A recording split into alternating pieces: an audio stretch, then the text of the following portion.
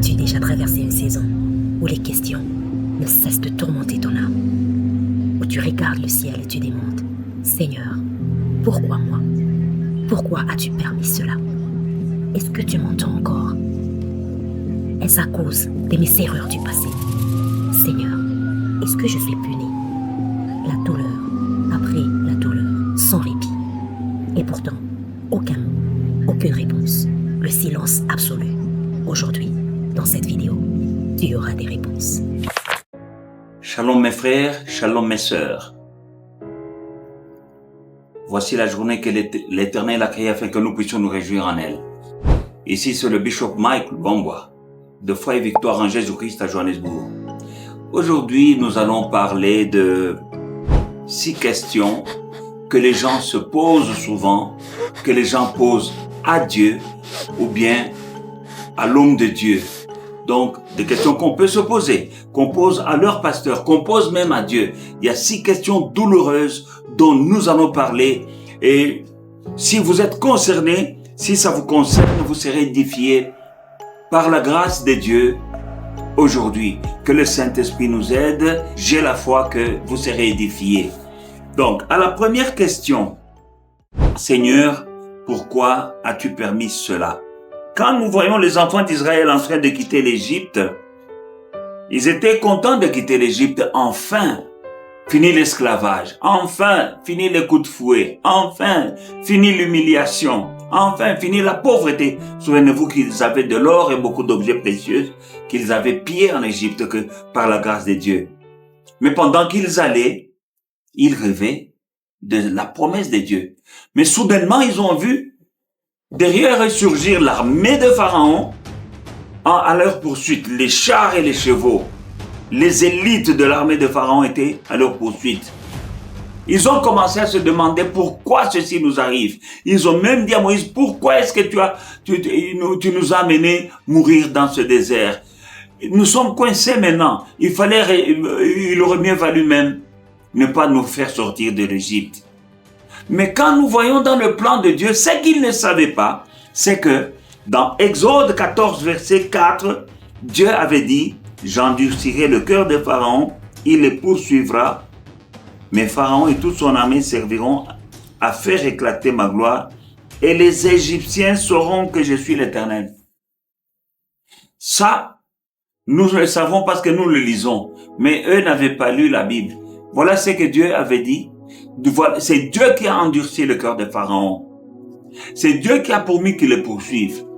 Mais en fin de compte, ils se sont noyés dans la mer Rouge. Les enfants d'Israël ont traversé à pied et à sec. Et ils ont cru qu'eux aussi allaient poursuivre. C'était dans le plan de Dieu. C'était un piège conçu par Dieu lui-même. Maintenant, quand ils osent entrer dans la mer à la poursuite des enfants d'Israël, la mer s'est refermée sur eux. Ils sont morts. L'armée entière de Pharaon a été anéantie en un seul jour. Et en Égypte, les Égyptiens ont su que l'Éternel était vraiment Dieu. En tant qu'enfants de Dieu, Dieu permet que nous passions par des choses. Il permet. Mais nous ne mourrons pas. Nous n'allons pas mourir. De la même manière qu'il a permis à Satan de toucher Job, mais il n'a pas permis que Job meure. Mais en fin de compte, Job a eu le double de tout ce qu'il avait perdu. Ça, c'était la gloire de Dieu. Tu passes par des moments où tu te poses pourquoi Dieu a permis. Il y a une raison à laquelle Dieu a permis. Tu connaîtras des hauts et des bas. Tu peux descendre, mais tu ne mourras pas. Dieu va se glorifier parce que il y a des gens qui parleront de toi. Toi-même, tu seras découragé. Mais ne te décourage pas. Accroche-toi à Dieu. Continue à croire en sa parole. À la fin de compte, quand Dieu va agir, tous ceux qui sont autour de toi sauront que, oh non, cet homme, cette femme s'en est sorti. Non, leur Dieu est un Dieu vivant. Nous passons à la deuxième question. Est-ce que tu m'écoutes encore? Oui, bien-aimé, Dieu t'écoute. Dieu t'écoute. Il écoute toujours.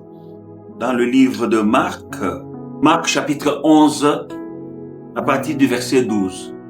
Mais quand nous voyons le verset 24, Tout ce que vous demanderez en priant, croyez que vous l'avez reçu et vous le verrez s'accomplir.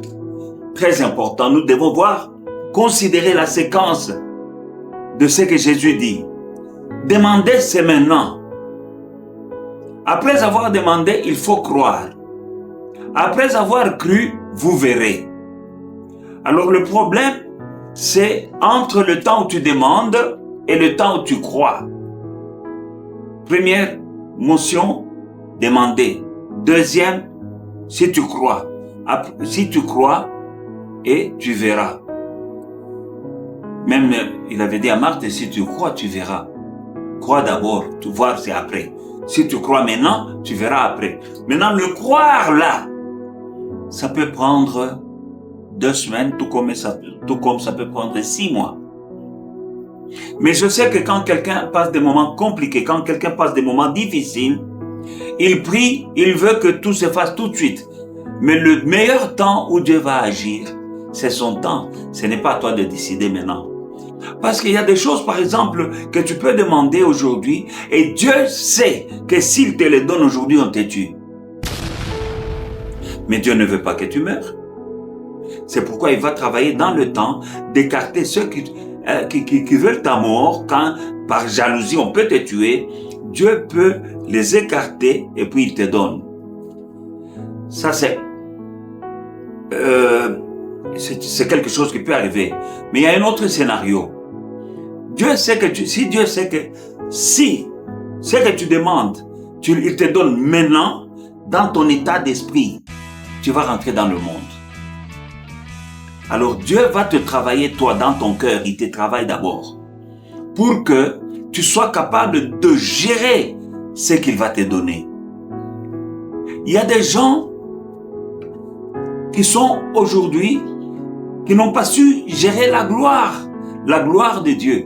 Quand on la reçoit, elle est lourde, hein? Mais si tu n'as pas été prêt, la gloire peut te tuer. Il y a des gens qui sont dans le monde, des chrétiens qui sont rentrés dans le monde parce qu'ils ont eu trop d'argent, trop de gloire, trop de reconnaissance. Ils sont devenus fameux avant d'avoir été formés intérieurement. Ils n'ont pas pu gérer la gloire. Ils n'ont pas pu gérer l'argent. Il y a des chrétiens qui ont divorcé parce qu'ils ont eu brusquement trop d'argent. Allez, maintenant ils pouvaient aller courir les femmes, donc et ils ont abandonné Dieu. Mais quand quelqu'un est bien formé, il peut gérer ce que Dieu lui donne sans rentrer dans le monde, sans mourir ou sans être tué par les jaloux. Voilà pourquoi parfois nous demandons, dès que nous demandons, Dieu a entendu. Et comme il a entendu, il commence à travailler maintenant le terrain pour que dès que tu as, en tout cas, toi-même, ton âme est en sécurité et ton salut est en sécurité, ta vie est en sécurité. C'est triste ce que je vais dire, mais nous pouvons voir dans les cercles de nos musiciens chrétiens, il y en a qui ont eu la gloire. Ils sont devenus fameux. Et puis nous voyons leur nudité exposée sur la place publique. Donc, ils ont eu la gloire, ils ont eu l'argent, mais ils n'étaient pas encore totalement mûrs pour gérer ce qu'ils allaient recevoir. Voilà pourquoi nous passons par certaines choses. Nous regardons à Jésus lui-même. Aujourd'hui, il a la couronne de gloire. Mais avant la couronne de gloire, il avait porté la couronne d'épines. Alors, les chrétiens n'aiment pas porter la couronne d'épines, ils aiment passer d'abord direct à la couronne de gloire. Non. Celui qui n'a pas pu porter la couronne d'épines, quand il aura la gloire sans passer par le processus de la croix, porter sa croix. Et pour porter la couronne d'épines, la gloire va le tuer. Vous savez, la couronne de gloire, elle est lourde. Quand tu mets la croix ici, c'est pourquoi Jésus a dit, celui qui veut me suivre, qu'il porte sa croix chaque jour de sa vie et qu'il me suive. Il y a des gens qui n'aiment pas porter la croix, mais qui veulent seulement la gloire. Mais cette gloire-là, si tu n'as pas porté la croix d'abord, ton cou n'est pas solide pour supporter la couronne de gloire parce qu'elle est lourde. C'est pourquoi Dieu t'a écouté, toi qui demandes, tu dis, est-ce que Dieu m'écoute? Il t'écoute. Il est en train de te travailler et de travailler ton terrain et de te préparer le terrain propice, le temps propice où il va te bénir. Dieu entend ta parole. Dieu entend tes cris. Il est descendu en Égypte, dans le buisson ardent, quand il est apparu à Moïse dans le buisson ardent, il a dit, j'ai entendu le cri de mon peuple, les gémissements que lui font pousser ses oppresseurs. J'ai vu la souffrance. Mais ces gens-là ont traîné en Égypte, hein, c'était 4 siècles. C'est Dieu-là, il entend. Il aimait beaucoup Jésus. Le jour où Jésus est sorti de l'eau du Jourdain, baptisé par Jean-Baptiste, le ciel s'est ouvert. Une voix est descendue du ciel pour dire, voici mon fils bien-aimé à qui je place toute mon affection. Mais ce fils-là, au temps d'aller à Golgotha, il a dit, Père, si c'est possible, éloigne. Dieu n'a pas éloigné. Il a dû passer par là où il était passé. Dieu l'aimait, mais il a permis qu'il aille jusqu'à la croix. On lui a arraché la balle, on l'a accusé injustement, on l'a cloué sur la croix. Mais après cela, il a eu le nom le plus élevé dans le ciel, sur la terre, sous la terre, et tout genou fléchit en son nom. Mais il fallait qu'il passe par ce processus. Endure, passe par le processus. Il y a la récompense après. Dieu entend. Dieu entend. Lui qui t'a donné des oreilles, il en a aussi. Il a entendu tes prières. Il connaît le bon moment pour te répondre. Et enfin, nous savons le cas du roi David. David, quand il a dit, quand je marche dans la vallée de l'ombre de la mort, je ne crains aucun mal. Mais après la vallée de l'ombre de la mort, il dresse devant moi une table. Donc la table, avec une coupe qui déborde, est après la vallée. Mais soit toi, quand tu es dans la vallée, et l'attitude de David, qui disait, l'Éternel est mon berger, je ne craindrai rien à cause de sa présence. Dans la vallée là, il est avec toi. La présence du problème dans ta vie ne signifie pas que Dieu est absent dans ta vie. Dieu est dans ta vie. Après ce que tu passes là, il va dresser une table en présence de tes adversaires. Que Dieu te bénisse, toi qui te posais cette question-là. Nous passons à la question 4. Non, à la question 3. Seigneur, y a-t-il encore un espoir pour moi? Il y a des gens qui sont tombés, tu es un chrétien qui était tombé.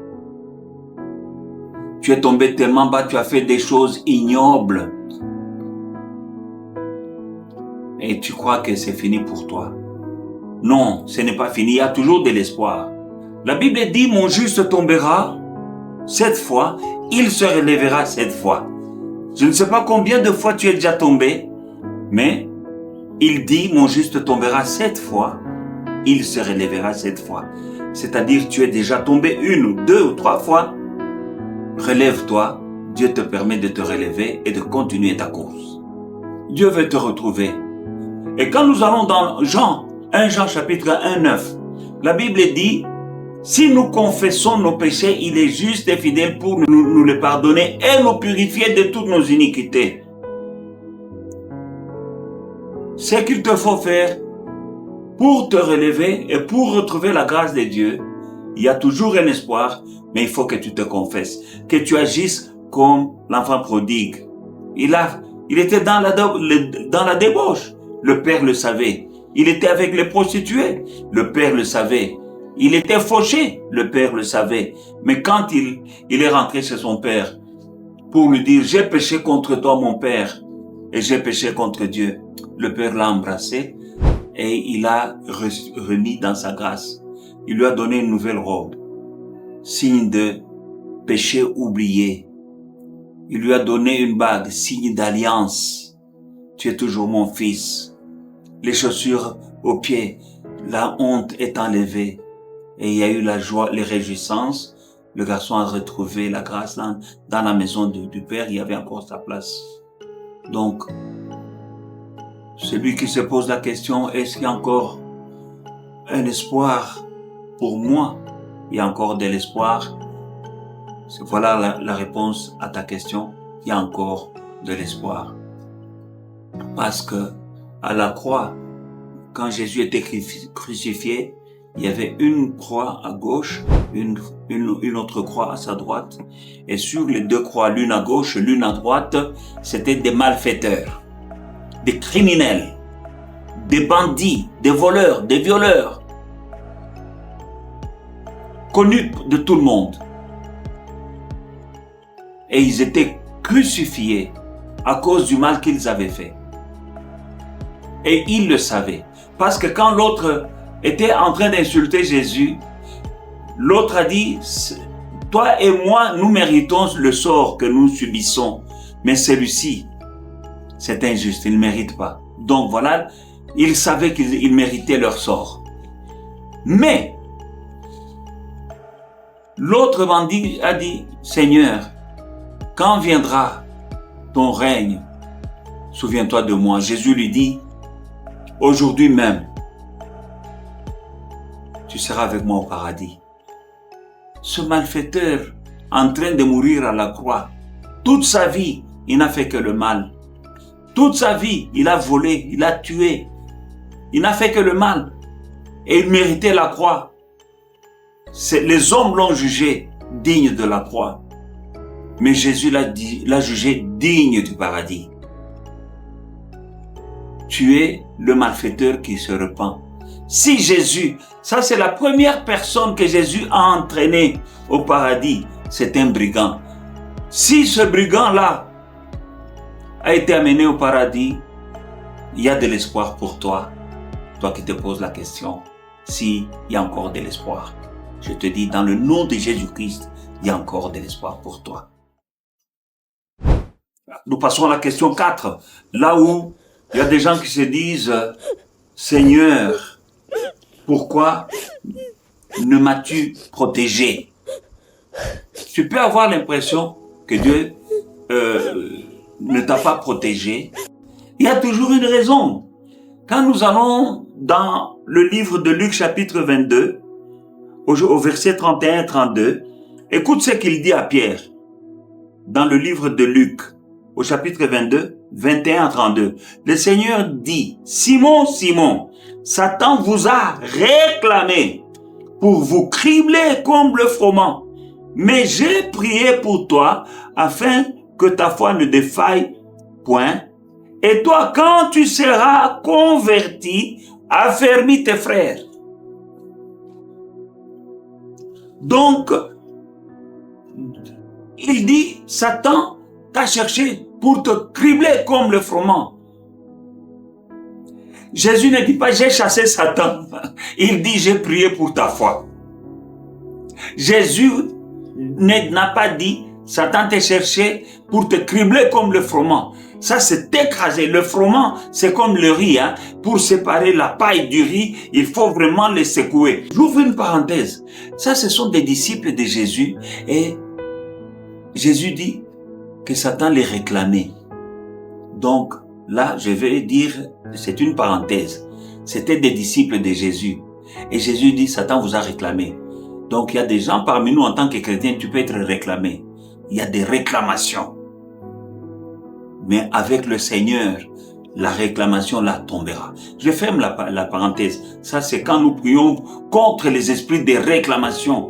Et tu dis, oh non, moi je suis chrétien. Comment est-ce que Jésus a tout accompli? Il ne peut pas y avoir de réclamations. Ces gens-là étaient avec Jésus jour et nuit.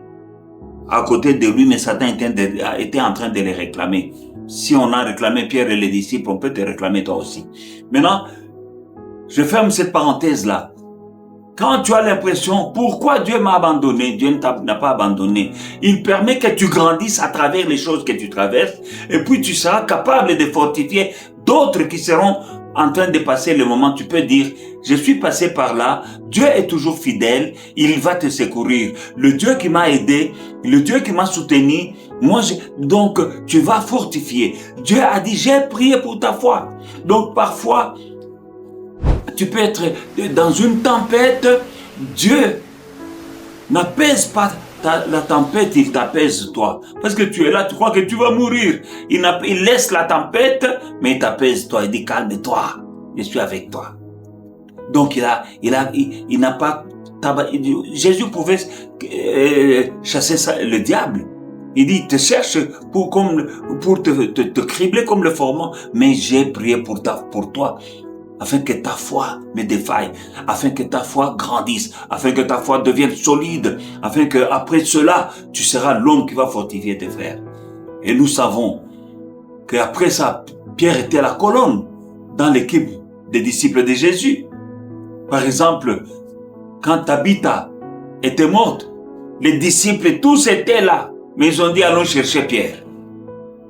Il était loin dans une autre ville, il devait marcher 2 jours pour arriver là-bas. Attendons Pierre. Et quand Pierre est arrivé, c'est lui qui a ressuscité Tabitha, Dorcas. C'est Jésus, et c'est Pierre. Pourquoi? Parce qu'il avait une foi d'une autre dimension. Jésus lui avait dit, Satan t'a cherché pour te cribler. Dieu ne t'a pas abandonné. Il est avec toi. Il permet que tu passes par certaines choses. C'est par ces choses-là que tu grandis. Il y a des choses par lesquelles tu vas traverser. Tu connaîtras mieux Dieu et tu connaîtras mieux même l'ennemi, le diable. Parce que quand tu as déjà gagné des grandes batailles, il y a d'autres choses que tu passeras, tu dis ça c'est un petit rien. Parce que j'ai l'expérience, je suis passé par là. C'est ainsi que par exemple, David dit devant Goliath, il dit le Dieu qui était avec moi, qui m'a délivré de l'ours et du lion, il va encore me délivrer de cet incirconcis. Vous comprenez? Mais il a fallu passer par l'ours et les lions. Ton combat contre l'ours te prépare au combat contre le lion. Je ne sais pas, peut-être je peux inverser, c'est le lion avant ou bien c'est le lion après, mais après chaque combat, Dieu te donne la force d'affronter le prochain combat. Il y a eu l'ours, il y aura le lion. Après le lion, il y aura Goliath. Mais après Goliath, il y a la royauté. Mais quand tu fais face à ton ours, tu vois, oh Dieu m'a abandonné. Quand tu fais face au lion, Dieu m'a abandonné. Pourquoi toujours moi? Pourquoi toujours moi? Pourquoi ceci m'arrive? Mais Dieu est en train de te préparer pour ton Goliath. Et après ton Goliath, il y a la royauté. Ce qui a permis à David de devenir roi, c'est pas s'il était dans le désert, abandonné de tous, combattu par les loups, l'ours, les lions, et à cause de cela, il n'était pas intimidé par Goliath. Il a dit non, le Dieu qui m'a délivré de l'ours et des lions, et du lion, il est avec moi. Même cet incirconcis, je vais le tuer. Et il l'a tué à cause des expériences, des choses qu'il avait endurées auparavant. Et grâce à cela, c'est lui qui est devenu le roi d'Israël. Après ton ours, après ton lion, après ton Goliath, il y a là, tu vas régner. Et il y en a qui disent à Dieu, Seigneur, quand est-ce que ce sera enfin mon tour? Ça, c'est la jalousie. Ça, c'est la convoitise. Parce qu'on est jaloux quand on voit des gens autour de soi être bénis.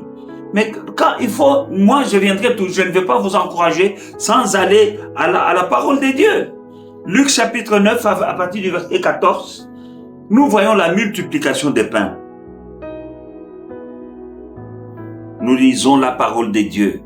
Or, il y avait environ 5000 hommes.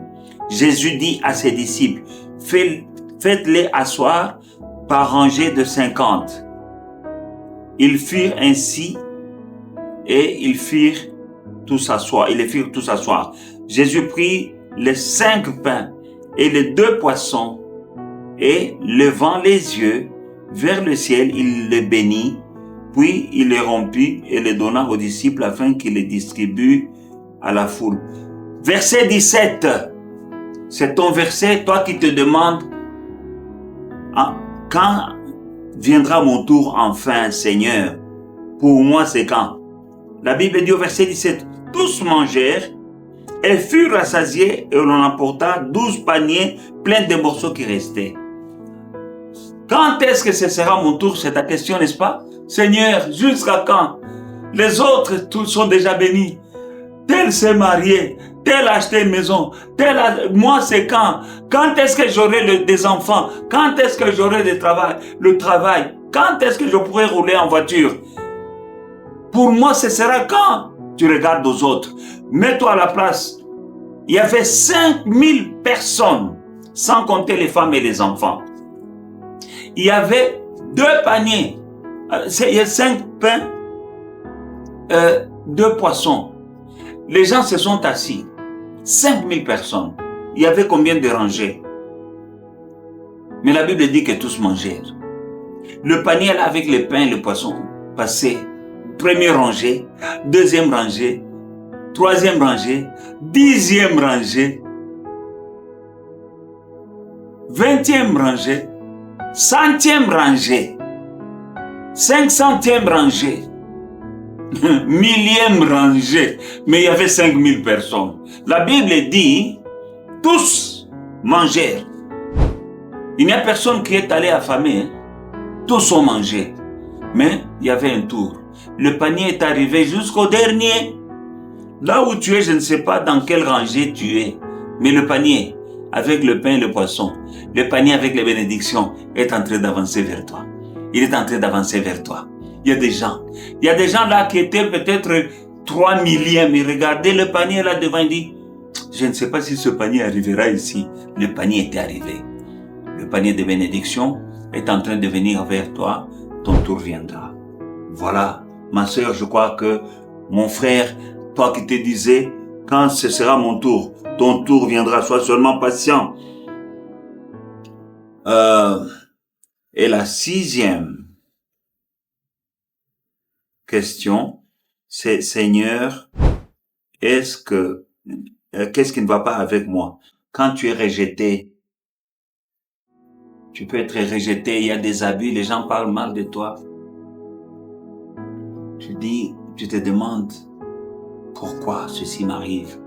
Je vais te dire que tous ceux qui ont été choisis par Dieu, si tu es un élu, tu seras rejeté. Tu seras rejeté et tu seras incompris. Parce que tu as une destinée particulière. Nous pouvons regarder dans la Bible. Moïse, il y a combien de fois on l'a rejeté? Où est ce Moïse? Au bord de la mer Rouge. N'est-ce pas, on a failli le lapider. C'était l'élu de Dieu. C'est lui qui les a menés en Canaan. Au bord de la mer Rouge, on a failli lapider Moïse. Quand il est monté à la montagne de l'Éternel, il revenait avec le commandement. Les gens là en bas, ils l'ont rejeté. Où est parti ce Moïse? Choisissons un autre. Ils ont choisi Aaron, alors que celui qui était élu de Dieu, ce n'était pas Aaron, c'était Élie. Ils ont rejeté l'élu de Dieu. Donc, plusieurs fois, Moïse a été rejeté. Aaron a été rejeté. Il a fallu que Dieu fasse le miracle du bâton de tous ceux qui le contestaient, le leadership d'Aaron. Il a dit qu'ils prennent les bâtons, qu'ils mettent dans la salle de la tente d'assignation. Demain matin, allez prendre celui qui aura son bâton, qui aura fleuri et produit des fruits, c'est celui-là que moi j'ai choisi. Ils sont allés tous avec leur bâton, un bâton sec. Et ils ont placé leur bâton dans la tente. Le lendemain matin, sur le bâton de Aaron, il y avait des feuilles, des fleurs et des fruits mûrs. Dieu le défendait, il défendait son leadership, alors que tout le monde le rejetait. Est-ce que David n'était pas rejeté? Quand l'homme de Dieu est venu pour le oindre dans la maison d'Isaïe, celui qui devait être roi, on n'a pas appelé David, on a appelé tout le monde, sauf David. Quand l'homme de Dieu dit, y a-t-il pas quelqu'un d'autre? On dit non, il y en a un petit là qui est en brousse en train de garder, appelez-le. Pourquoi ce papa n'avait pas appelé tous ses fils? Quand nous regardons Joseph, il a été haï, vendu, rejeté. mais c'était lui qui était choisi par Dieu. Donc, quand tu as été une étoile particulière, une destinée particulière, tu es le choix de Dieu, tu seras toujours rejeté parce que les gens ne te comprendront pas. Parce que tu es différent, tu es un peu spécial. Voilà, j'ai répondu à la question de mon mieux, la question numéro 6. Et toutes ces 6 questions, en tout cas, j'ai fait de mon mieux avec l'aide du Saint-Esprit. J'espère que quelqu'un qui m'écoute pendant ce moment a été fortifié dans sa foi. Shalom, que Dieu vous bénisse, à la prochaine. N'oubliez pas de vous abonner à ma chaîne et n'oubliez pas de vous abonner et de partager. Abonnez-vous et partagez. Supportez, ça vous fera du bien et à beaucoup d'autres. Ce que tu as entendu aujourd'hui, quelqu'un a besoin de l'entendre. Regarde autour de toi, ton cercle d'amis, dans la famille, partage. Et ce sera ta manière d'évangéliser. Que Dieu vous bénisse. À la prochaine.